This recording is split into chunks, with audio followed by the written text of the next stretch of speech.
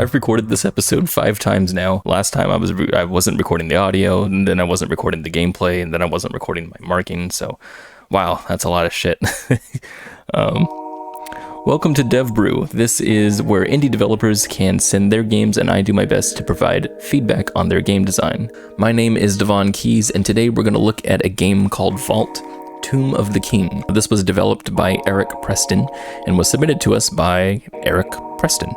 I hope I'm saying your name right, Erich, E-R-I-C-H. From what I've played, this game is a top-down action puzzle dungeon crawler where you play as 3 different characters simultaneously. You switch in between each of them to use their specialty to conquer a challenge or solve a puzzle, and that's what it is throughout the whole game. The footage that you're seeing is a pre-release version of the game, and if you'd like to find out more, there is a link in the description. Let's do it.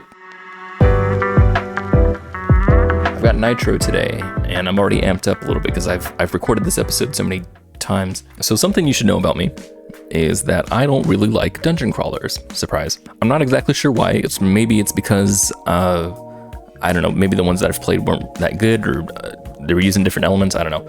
But this game is awesome. This is really, really good.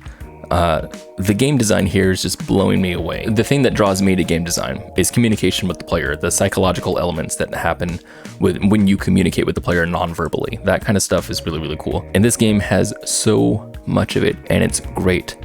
So I don't really have a lot of negative feedback to give on this. I have pretty much all positive. But this is really interesting, so let's get to it. So this is the first screen that happens. This is the first thing that happens when you see this game. And what happens is that you're this guy, whoever that guy is.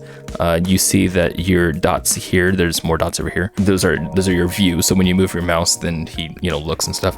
But as soon as you enter, your character walks up this way and then stops. Then it's your decision on where to go. And obviously in this level design, you have a lot of light coming from this area here.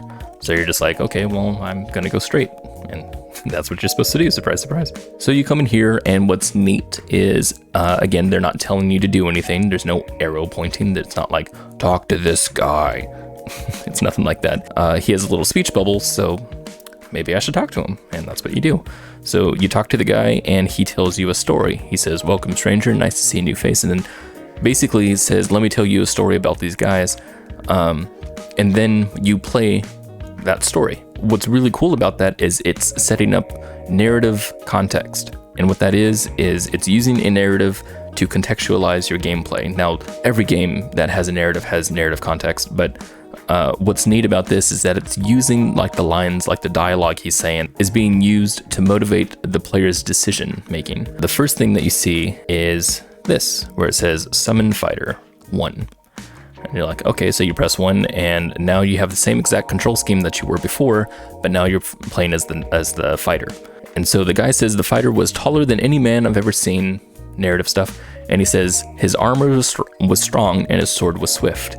Now, when you talk about just like random details in the game, that stuff is called flavor text, but this, I feel like it has a little bit more contextual elements going on here. So when he says his sword was swift, and then the next thing that you see is this little prompt.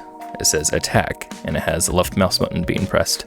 Also, just a note, I like the idea that it's just a picture of a mouse button being pressed instead of like saying press left mouse button. I just like that kind of stuff. So what's cool about this is that it just tells you how to attack, and he says his sword was swift, and then you see a little bad guy over here, which you assume is a bad guy because it looks like a skeleton. So you decide to do it, right? Because you're a human and your curiosity gets the better of you, and you do it. You find out what to do. So then you come across this little stone here, and it says he could lift stones as big as men. So I guess it's not little, right? Anyway, it says pick up object, hold this. And so again, because you're curious, that's what you do. No one has told you anything at this point. You're just discovering these things on your own based on contextual elements. And what's also neat about this level design here is that this little part, this is a corridor or a hallway, it's limiting the player choice. And that sounds like a bad thing, but this is a good thing. So what's cool about this is, if you imagine this is just one big hallway, right? If instead of having this tiny hallway, if you just had like one big one, and then you had the stone, right there in the middle, when the player comes up, they could be like, well, maybe I'll go this way, and and maybe I'll find out, oh, what is this, and maybe I'll come this way, and they'll find out, oh, maybe I gotta go back here and get this thing and bring it back this way. All these things are just swimming around in the player's mind, and it's like, it doesn't need to be that way. It can just be super simple. You can just tell them what to do without telling them anything. What you do is you just isolate the challenge. So it just makes it really easy when you have, this little thing right here, and then you have the block. So the player doesn't have any choice but to go this way. They can't go this way or that way. They can just go through the center. And so that's great. It's good stuff. Okay, so the next one is the thief. It says the thief was no ordinary swindler. Her movements were graceful and lightning quick. So then it says summon thief, press 2. So you summon the thief, and there you go. You cross the spikes here with her, and then it says she could disarm traps with blazing speed. And you don't know what traps are, but it tells you how to do it right here. Disarm trap. Something appears in front of you, and you do it. It's easy. It's just something that comes through your mind, and you just automatically understand without feeling like anyone told you to do anything. I just love that. Now, the very next room is complete dark. It's just complete darkness. There is nothing you can see except for your character. And a little prompt comes up where it says, the wizard's presence was powerful. His magic lit the darkest corners of the vault. So you're like, okay, well, I must be able to light something with the wizard. So that's what happens, right? It says summon the wizard, you summon him, and boom, now you understand the wizard lights the darkness. No one told you to do anything. No one told you shit. And so what's really cool here is that we have a little level design thing going on. So we have hallways coming in, and what's happening here is these giant gaps. And what the giant gaps are here to do is it's to stop the player from going forward with any other character. So you have to go forward with the wizard. The player could try to, go forward as the fighter, but they wouldn't be able to see, and then they'd just fall into one of these gaps. So they have to go forward as the wizard. It's forcing the player to do stuff out of necessity as opposed to out of contrivance. Something can feel really contrived if you force the player to do something when it seems like there's other ways they could do them. So if this room didn't have these gaps, if it was just one big open room and you had to go forward as the wizard only, it didn't let you switch to other people, that would be really contrived. You would look at the game and be like, well, I could go forward to someone else. Why would I have to switch as the wizard? But here, you just understand immediately, well, I have to be the wizard. Again, same here when you come to the arcane traps. It says his spells could manipulate deadly arcane traps. And you don't know what this is, but because of the prompt, you're assuming it's an arcane trap. And so it tells you what to do. It says cast spell. It doesn't say cast your spell at the arcane trap. It's just something that you put together in your head and you discover it. And now you understand. So this next dungeon right here is where you understand the point of the entire game. And it says, together, the fighter, the thief, and the wizard would overcome perils that no one else could. And you automatically know, oh, I've got to switch in between all three of them to continue forward and, use all of their abilities intermittently. I think that's awesome, because again, it's a player-driven thing. It's something that we're just engaged with automatically. What's cool here is that these are just little challenges that are being presented to you so you feel comfortable with what you're doing. So you feel comfortable with the mechanics. It's not presenting any kind of big puzzle, any kind of really complex system yet. It's just letting you get comfortable with everything because you taught yourself all of these little things. So now that you're going forward with these newfound skills, you want to test them all before you get into complex areas.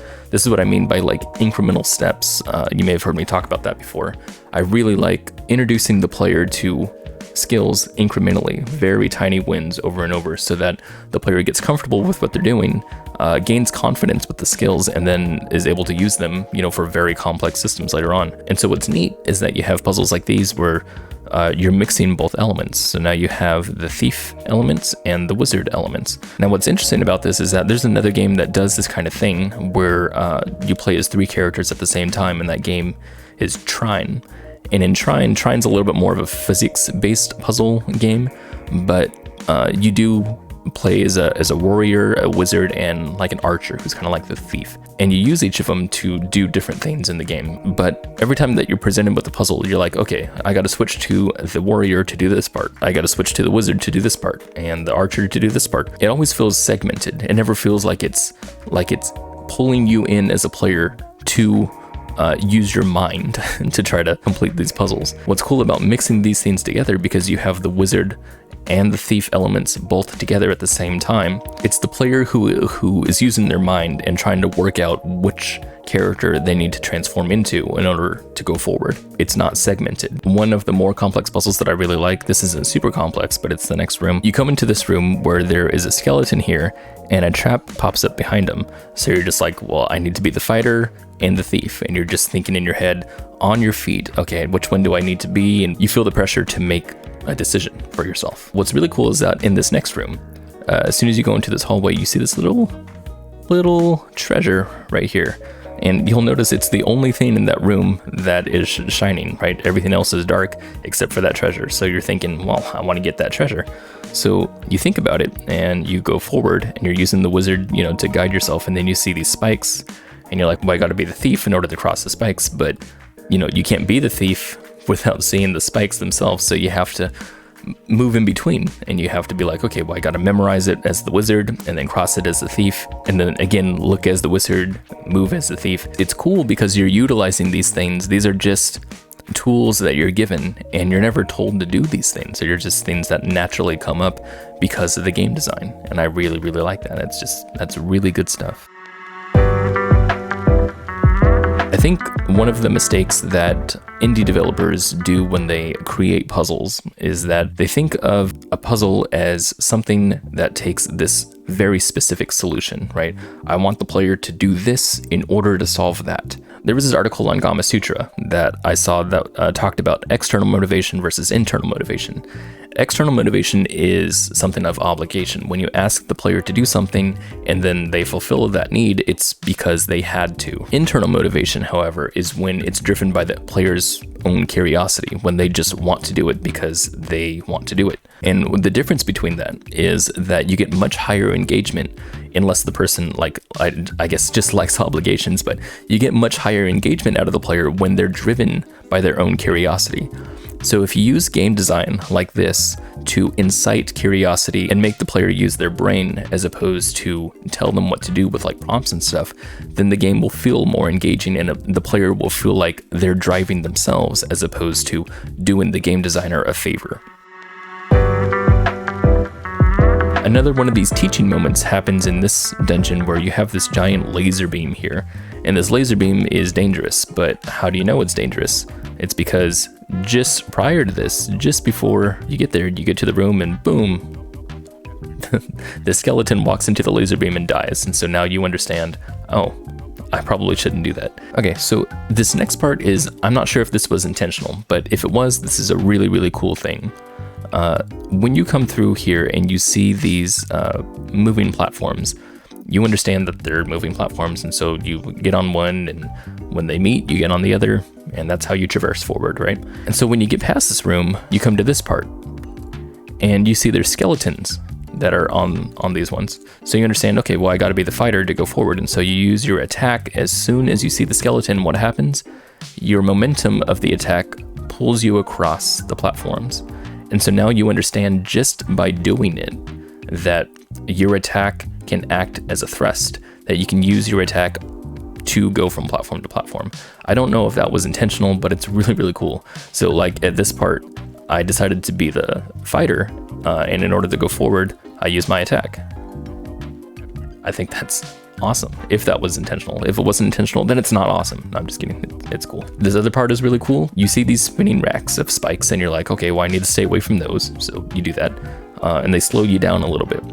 And so what happens here is you come over to the spinning rack, and as soon as you slow down because of it, you see that I died right there, but you see this little trap that pops up. And so because you can't rush it because these guys are slowing you down, what happens is when you get over there and you just kind of, stop, this trap will blow up and you'll find out, oh, that's what traps do. They blow up and shoot arrows everywhere. Now this didn't happen during my gameplay because I didn't do that, but I thought that was a cool way to slow down the player. What's even cooler about it is the way they use it in the next room. You come into this room and you see there's these spikes here. And so you're thinking, well, I might want to be the thief. So as you go forward, you see a trap come up, but it's surrounded by these swinging barbed things. So when you go up to try to get the trap, you die. So you restart and you're like, okay, well, I gotta go around. So you go to the left or right. And when you do that, the trap blows up. But what happens there is that the arrows are blocked by the wall. And you didn't know that, but now you know that. That's what's really cool, is that from the level design, because they were guiding the player to go around here and then you gotta stop because of this stone and whatnot, because the player is so involved in, trying to get around this thing as fast as they can, but it's slowing them down, the trap ends up blowing up and blocks, and the wall is blocked, saving the player. So the player now understands, oh, I guess I can use walls to block arrows. So this was just the demo of the game, and I imagine there's more complex puzzles, when you play it. And I was just super impressed with the way that they've introduced everything in this first part. So this was really, really cool. And the demo itself, I think, is really interesting because it's an example of something that you can give the player to build up their skill. If you can give someone a demo of your game and they feel like they're going to master it, they're probably going to have pretty fun with the game as a whole. But that's what you use a demo for, is you try to give it to them, get their interest up, and then now they want to play the whole game. I want to play the whole game now. Now that I've played this one, I feel like I'm really good at it, so I really like it. As far as the stuff that needs work, I don't really have much to say, but there is something that I wanted to go over. It's super minor, and I don't know if it actually matters at all. When you're here and you begin as the fighter, this little thing happens where you see the narration, and then the mechanic is explained to you where you attack. And then the same thing happens with the next part, where the narration happens, and then you see the mechanic and you use it. And so with that in your mind, you go over to the next room and you're the thief now. So you have narration, you summon the thief, and you want to do a mechanic, but there is no mechanic because the thief just runs. Like, their movement is the mechanic. You didn't tell the player what to do at this moment. Yeah, I did eventually figure it out, and it's not hard to figure out. That's why I said it was super minor. But maybe you could do something like you did with the wizard, because with the wizard, I understood immediately that just moving around as him gives me a power. I'm using his power while I'm moving, but it's because I understood that it was dark first, and then as soon as I switch to him, then it's light. I see the contrast between the two. I understand immediately, oh, his light, banishes the darkness, so that's really easy. I would like a visual element for the thief also. Something like on the ground, like leaves or spider webs or something like that. When the thief runs, suddenly those things, swing back, or wind is blown or something like that. I did see that you have a smoke trail here, that she leaves, and I think that is good because the other ones don't have that. And I did understand after running around for a little bit, oh, that's her power. It's just walking. So again, it's very, very minor, but I imagine something like that would help a visual element or something like that. So I really, really like this game, and I thought it was great. So congratulations, and thank you for submitting this game for me to break down. If you made a game and you're not this guy, and you want me to, do the same thing that I did here, you can submit it to me. There's a link in the description where I take submissions, and then I'll put your game on a future episode. As of right now, there's a waiting list up until mid-July, as of right now of this recording. So just be aware of that. So that's it. That's all I got for today, and I will see you guys later. I'm gonna drink my nitro. So much caffeine.